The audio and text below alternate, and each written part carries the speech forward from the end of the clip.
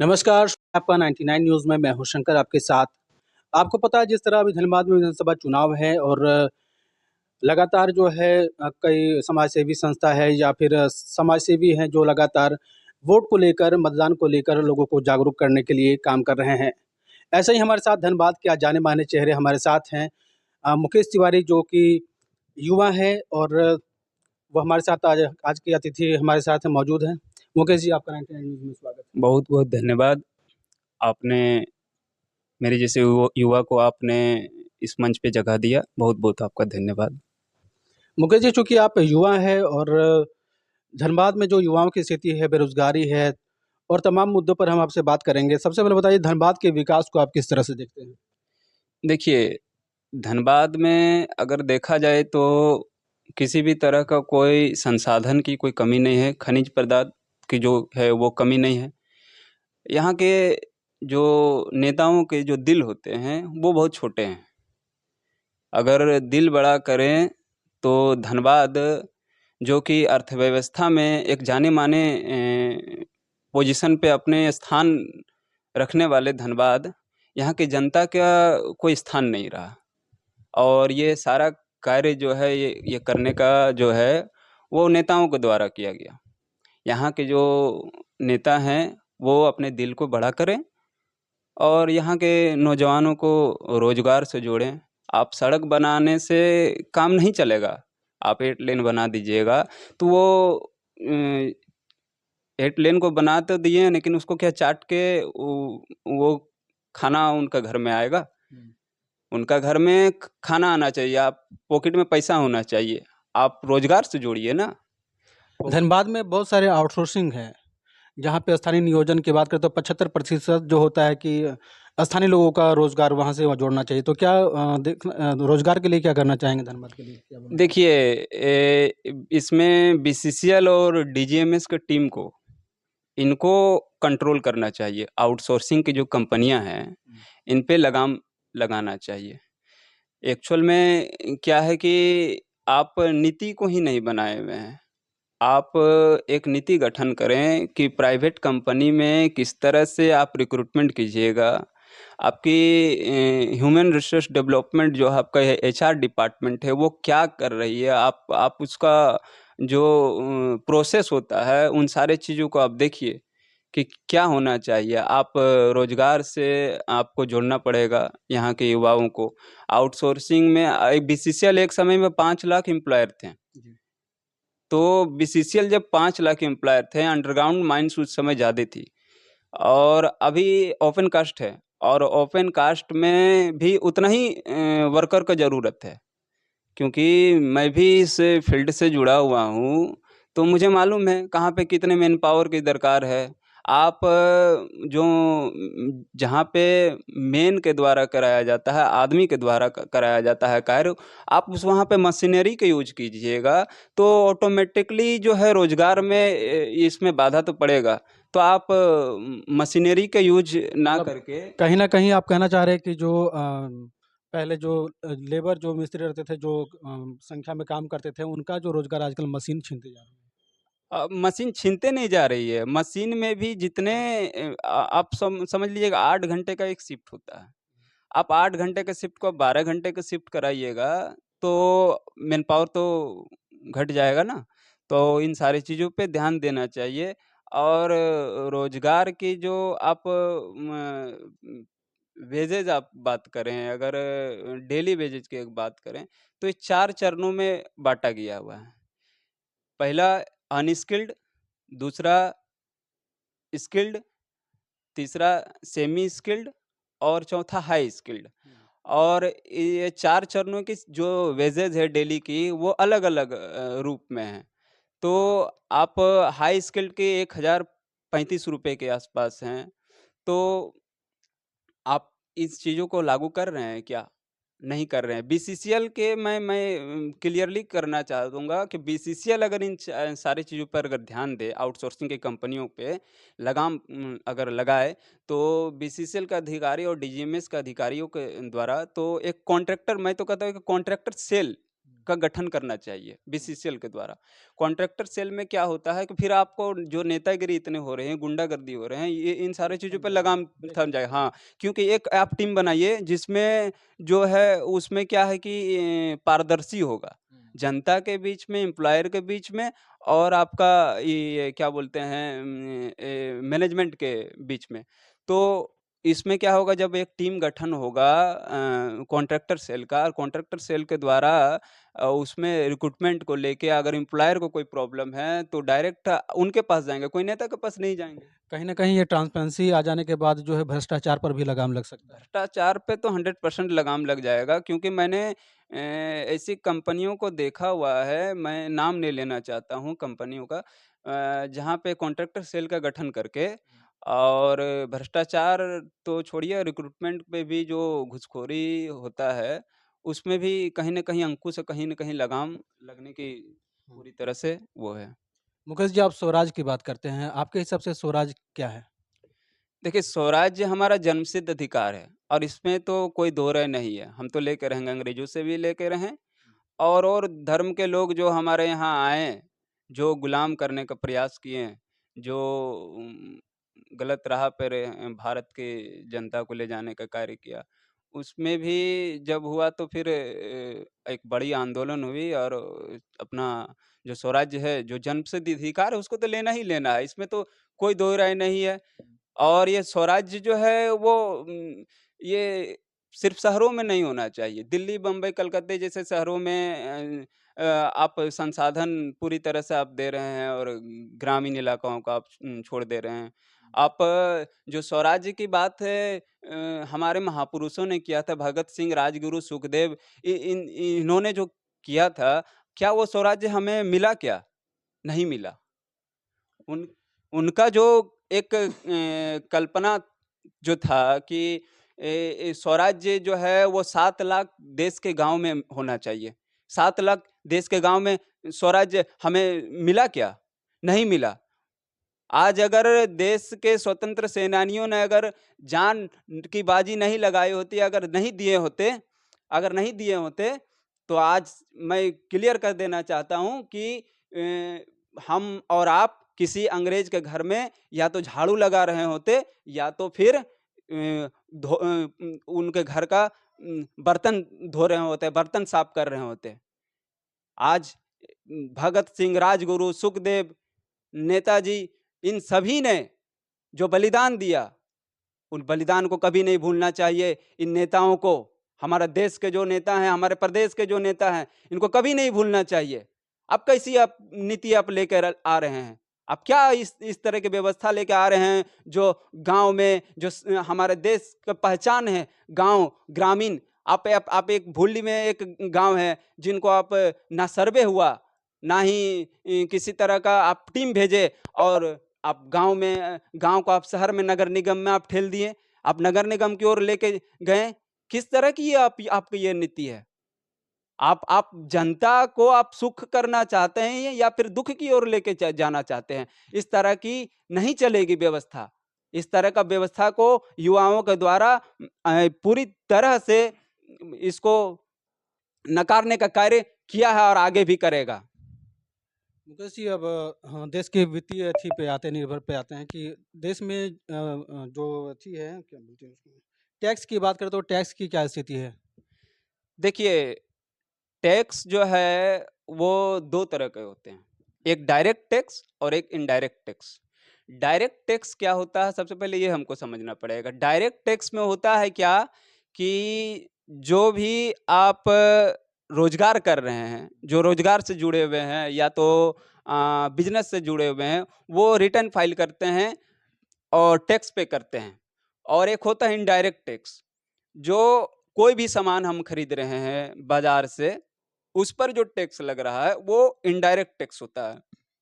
तो अब देश की और राज्य की जो अर्थव्यवस्था में जो सबसे ज़्यादा सहयोग कोई करते हैं, तो वो इनडायरेक्ट टैक्स वाले करते हैं।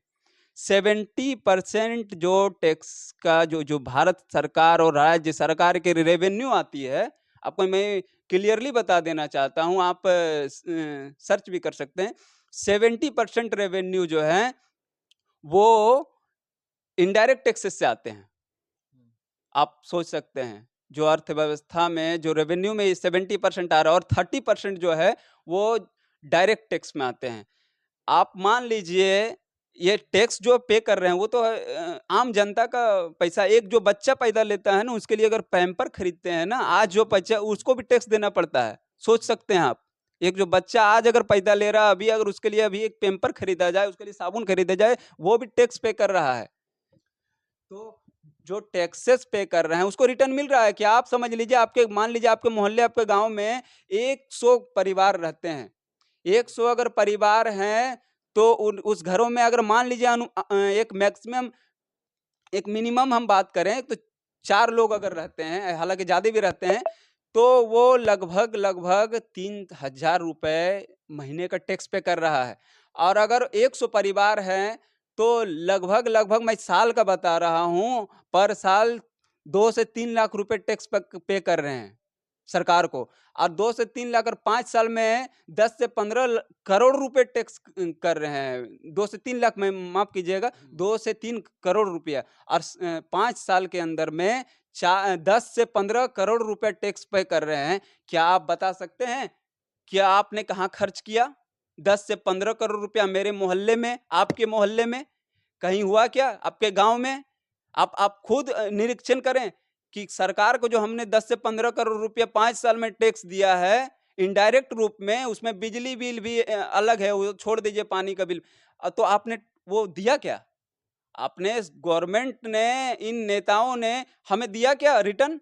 ना नालियों की सुविधा दिया, ना सड़कों की सुविधा दिया, ना ही आप स्कूल दिए सही से, कुछ भी आप नहीं दिए हुए हैं। इतने बड़ी अमाउंट में, और हर जगह आप हर कोई में, बस आपके माध्यम से, न्यूज 99 के माध्यम से, ये आप सभी युवाओं को, सभी माताओं बहनों को, सभी पूरे झारखंड प्रदेश के लोगों को मैं बोलना चाहूंगा कि आप भी देखिए, आपके मोहल्ले में जो आपने टैक्स पे किया, आपने 10 से 15 करोड़ रुपया आपने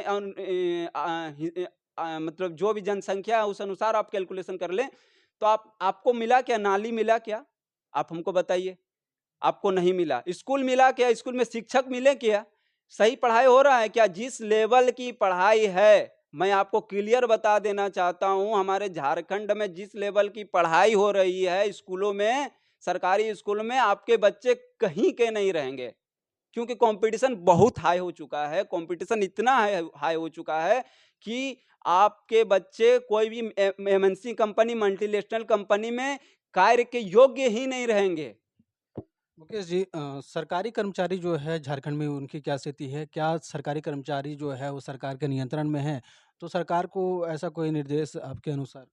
देखिए, सरकारी कर्मचारी, आप तो खुद उस इस फील्ड में हैं, तो पत्रकारिता के फील्ड में तो आप आए दिन अभी देख रहे होंगे कि एसीबी की टीम, सीबीआई की टीम किस तरह से छापेमारी, 4,000, 2,000, 5,000 लेके जिला कार्यालय में, तो बीडीओ ऑफिस, सीओ ऑफिस, आप जमीन के मोटेशन में, हर जगह भ्रष्टाचार जो है वो चरम सीमा पे है। मतलब आप सोच नहीं सकते हैं कि क्या स्थिति है। आप एक नगर निगम ऑफिस चल जाइए, या तो फिर पंचायती राज ऑफिस में चले जाइए, हर जगह इतनी भ्रष्ट नीतियां हैं, इतनी मतलब भ्रष्टाचार है। आए दिन घूसखोरी के मामले आ रहे हैं सामने, आए दिन लोगों के द्वारा जो है ये कंप्लेन किया जा रहा है कि मेरा कार्य इसलिए रुक गया कि मैंने वहां पे घूस नहीं दिया। क्या ये होना चाहिए? सरकारी कर्मचारियों पर लगाम होनी चाहिए या नहीं होना चाहिए? आप बताइए, आप पत्रकारिता में सरकारी कर्मचारियों को, और कौन लगाम लगाएगा इस पे? इस पे लगाम लगाने वाले हमारे प्रदेश के मुख्यमंत्री का कार्य है कि मुख्यमंत्री जी, आपको हमने मॉनिटरिंग के लिए चुना है। आप आप मॉनिटरिंग करने के लिए आप हैं। आप नीतियों को समझे, आप भ्रष्ट अफसरों को आप लगाम लगाइए ना। क्यों नहीं आप लगा पा रहे हैं?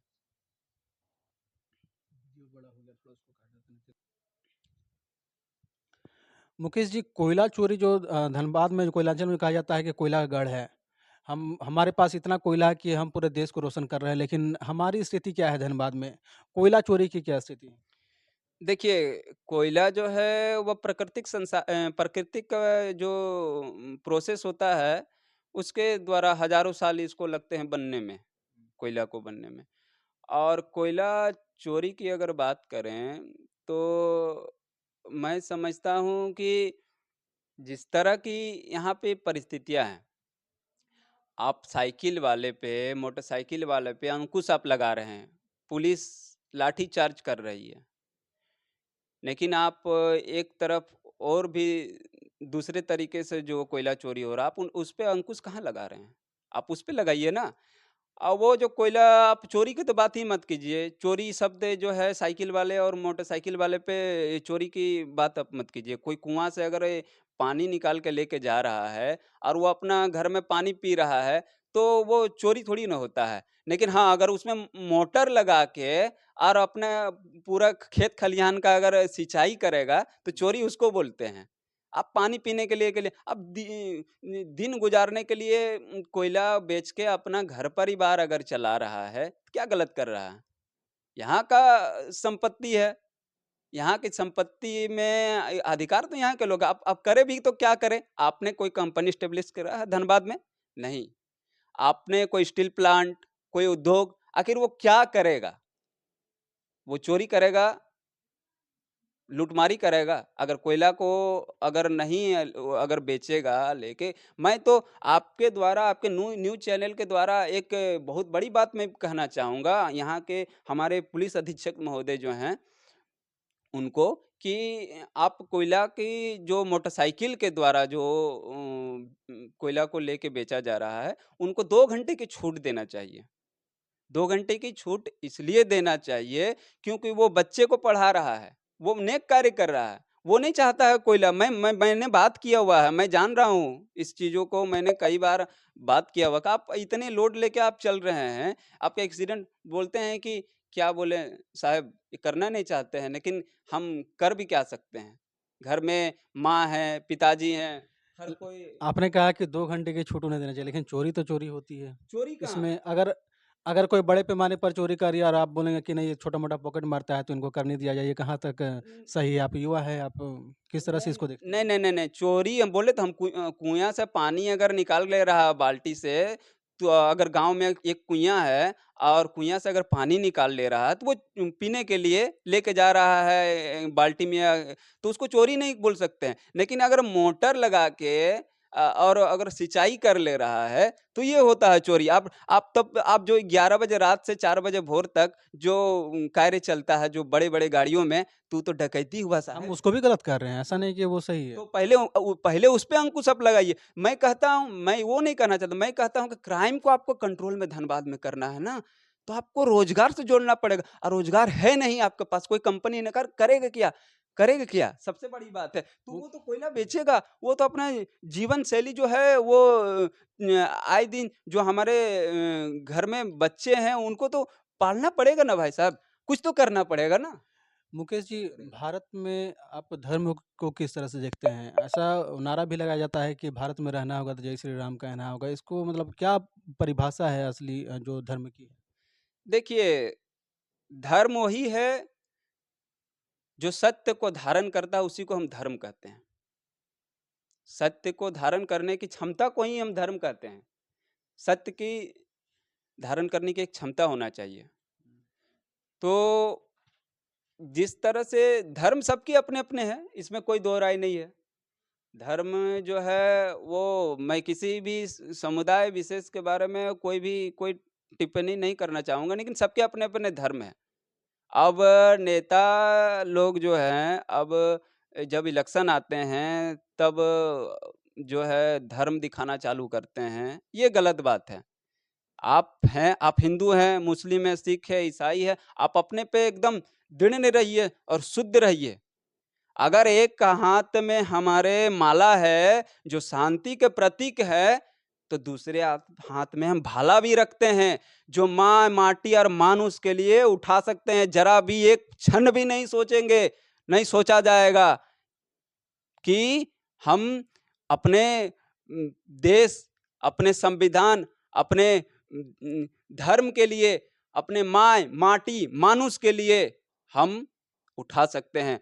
मैं क्लियर कर देना चाहता हूं कि अगर एक हाथ में माला है जो शांति के प्रतीक है, जो जो सिखाती है हमें शांति, माला को बैठ के जाप करना, और तो दूसरे हाथ में हमारे भाला भी होते हैं। भाला इसलिए होते हैं कि धर्म की रक्षा के लिए, भाला इसलिए होते हैं कि माँ माटी और मानुष की रक्षा के लिए, राष्ट्र की रक्षा के लिए, इसलिए हमारे होते हैं। मुकेश जी, धनबाद में अभी लोकसभा चुनाव, पूरे झारखंड में लोकसभा चुनाव है, तो युवाओं को कुछ जागरूक करने के लिए कहना चाहेंगे? देखिए, युवाओं को मैं यही कहना चाहूँगा कि आप एक बुद्धिजीवी हैं, आप समाज को जागरूक करने का कार्य करें। आप में अगर क्षमता है तो आप आगे आएँ और जागरूक करने का कार्य करें। लोगों को बताएँ क्या सही है, क्या गलत है। आपके पास नॉलेज है तो वो आप साझा करें लोगों के बीच। जो यहाँ जातिवाद के नाम पे जो अत मचा हुआ है, धर्म के नाम पे जो अत मचा हुआ, इन सारे चीज़ों से थोड़ा उठ के आप इनको देखें ना, जिनको जो कार्य करेगा आपके लिए। जनता को किस तरह का कैंडिडेट चुनना चाहिए? देखिए, जनता को उदार जो उदारता होता है, उदारवादी, जो हर किसी के लिए तत्पर है कार्य। आपके 12 बजे रात में भी जो जो प्रतिनिधि आपका फ़ोन उठाते हैं, आप वोट उनको करें। आप आपके सुख-दुःख में जो खड़ा रहे, वोट उनको करें। आप आपके लिए जो ब्लॉक में, थाना में आपके लिए जो लड़े, वोट आप उनको करें। जो आपके लिए जो रोज़गार की बात करता है, आप वोट उनको करें। आपके लिए जो जातिवाद नहीं, वो जो धर्म की बात और जातिवाद की बात नहीं करता हो, वोट उन्हें करें। जो सर्वधर्म सभी धर्मों को एक समझता हो, उनको उनके लिए आप वोट करें। जो थाना में दलाली करता हो, आप उनको कभी वोट ना करें। जो ब्लॉक में दलाली करता हो, वहाँ आप उनको, ऐसे लोगों को कभी वोट ना करें। जो कोई भी कॉन्ट्रैक्टर या तो फिर सड़क या तो नाली में जो परसेंटेज में बात करता हो कि इतना परसेंट हमें होना चाहिए, इतना परसेंट हमें होना चाहिए, ऐसे लोगों को कभी मत वोट करें। आप कोई भी पार्टी से जुड़े, उससे कोई मतलब नहीं, लेकिन आप देखिए, आपने 30 साल 35 साल आप पूरा सर्वत्र को आपने पार्टी को दे दिया, क्या वो आपके लिए कुछ किया? आपके बच्चों का अभी भी वही स्थिति है आपकी। आपने जिस जिस मुद्दे को लेके आपने उठा था, झंडा उठाया था, अपने रोज़गार को लेके, आपका अपना ही बच्चा जो है वो रोज़गार में नहीं है। तो 30 साल आपके बीत गए हैं झंडा उठाते हुए, फिर भी नहीं, तो आप समझिए उस चीज़ को, रहिए कोई भी पार्टी में, लेकिन वोटवा उसी को दीजिए जो आपका कार्य करेगा। आप ऐसे लोगों को वोट कभी मत कीजिए जो आपके कार्य नहीं करेगा। तो आपने देखा, हमारे साथ मुकेश तिवारी जी थे, जो धनबाद के युवा हैं, और इन्होंने जो भी विभिन्न मुद्दे, जो भारत समेत धनबाद के जो मुद्दे हैं, उनके बखूबी रूप से उनका जवाब दिया, बड़े ही सरलता ढंग से। और तब तक के लिए आप जुड़ते रहे 99 न्यूज़ के साथ, हमारे सहयोगी गुड्डू पांडे के साथ। आप देखते रहे 99 न्यूज़। नमस्कार।